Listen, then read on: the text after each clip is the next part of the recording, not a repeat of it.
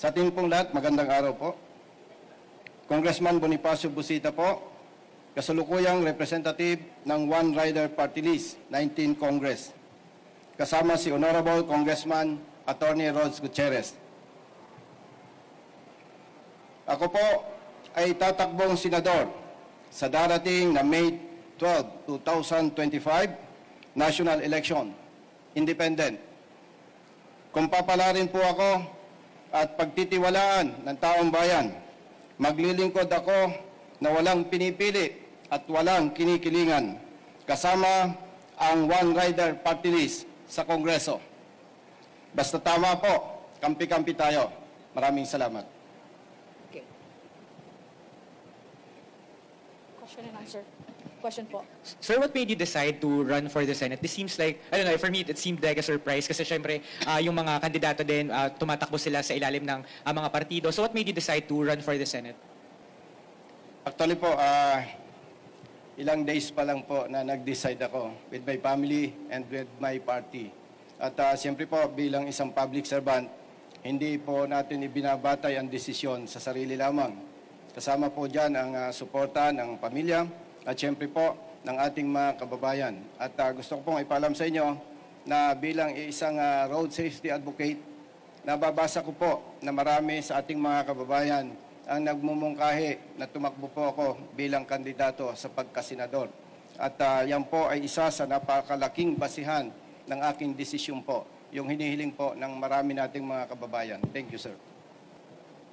Dwight, follow up. Cherian Torres.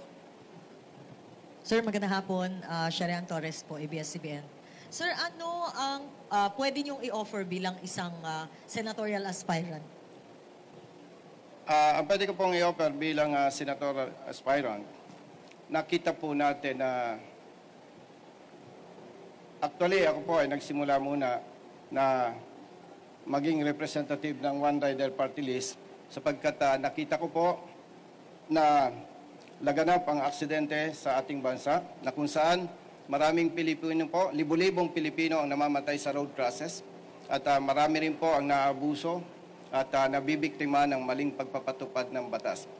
Sa mahigit almost 3 years po sa Kongreso, ako po ay nalulungkot sapagkat yung mga panukala po nating batas na magtataguyod ng kaligtasan at proteksyon ng mga motorista ay wala po akong pinalad na maipasa sa level ng Kongreso. At kung ako po ay papalarin at pagtitiwalaan po ng taong bayan, umaasa po ako na ito po na pangunahin nating advokasya, itong pagtataguyod ng kaligtasan at proteksyon ng mga motorista, ay pangunahin bibigyan ko po ng atensyon sa Senado. At alam ko rin po na makakatulong ang One Rider Party List dito sa aking advokasya. Gusto ko lamang pong ipaalam sa ating lahat na simula po noong 2006, advocacy ako na po ang magtaguyod ng kaligtasan ng mga motorista. Kung bakit po, bilang isang anak mahirap, alam ko po, itong libu-libong Pilipino na namamatay sa road crashes wherein more than 60% mga tatay at mga nanay, ito po ay nagdudulot ng perwisyo sa napakaraming pamilya, lalong-lalo na po sa mga bata na nauulila. At ako rin po ay naniniwala na wala namang batang nangangarap na maging masama at pabigat sa lipunan. Pero kung sila po ay nawawala ng tatay o nanay, malaki po ang porsyento na nasisira ang buhay at kinabukasan ng mga ito. At kung hindi po natin ito pipigilan, tiyak na tiyak po, higit na tataas ang krimen sa ating bansa sa darating na mga panahon. Kung bakit po, higit na tataas ang bilang ng mga bata na nasisira ang buhay at kinabukasan. Kaya nga po, yung kasagutan ko po sa inyong katanungan, pangunahin bibigyan ko po ng attention itong pagsusulong ng batas na magtataguyod ng kaligtasan at protection ng mga kababayan nating mga motorista. Maraming salamat po. Sir, i-follow up ko lang po. Clarify ko rin. Sabi niyo po kanina, tatakbo po kayo as independent. Bakit po hindi kayo kakargahin ng one rider? Considering na meron din mga senador tayo na galing sa mga party list groups kagaya or sectoral groups kagaya po ng mga nasa Akbayan o nasa Sibak. Independent po ako sa level ng Senado, na pagtakbo ng Senador. But then, mananatili po na magkasama po kami ng One Rider Party List. So, just to clarify, sir, ibig sabihin yung one rider is not is accredited as a party list group, pero hindi ba siya accredited as a national party? Ganun po ba kaya kay tatakbong independent? Ano po to? Ito pong one rider party list. Okay, please. Kasi, I, Okay. Sorry, intervention ng tag team. Actually, One Rider Party List po is a sectoral regional party. So I think based on legal advice, we are unable to field any senatorial candidates. I believe the party list mentioned earlier are actually political parties. So since we're not political party, we express our full support. However, Congressman Busita is restrained to run as an independent. Yun na po. Thank you. Thank you, Honorable Congressman Gutierrez. Thank you, sir. Ano pa pong tanong? Okay. Tristan, Newswatch. Sir, given yung traffic, halimbawa sir, matagal ng problema ng mga tao, kayo po ba, anything new that you would like to pursue or offer once kung halimbawa maluklok kayo sa Senado, meron po ba kayo naiisip na batas to address ito pong nararanasan ding traffic ng taong bayan? Yes, thank you, sir. Actually po, kung titingnan po natin, ang pangunahing dahilan po ng traffic natin, especially sa kamay nila po, ay yung volume ng vehicles. And bilang more than 30 years sa Philippine National Police at matagal po sa advokasya, ang nakikita po natin dyan, ang kailangan po talaga palakasin yung po bang enforcement, law enforcement, sapagkat kung titingnan po natin, marami sa ating mga kababayan ang nagsasabi na maraming motorista ang walang disiplina.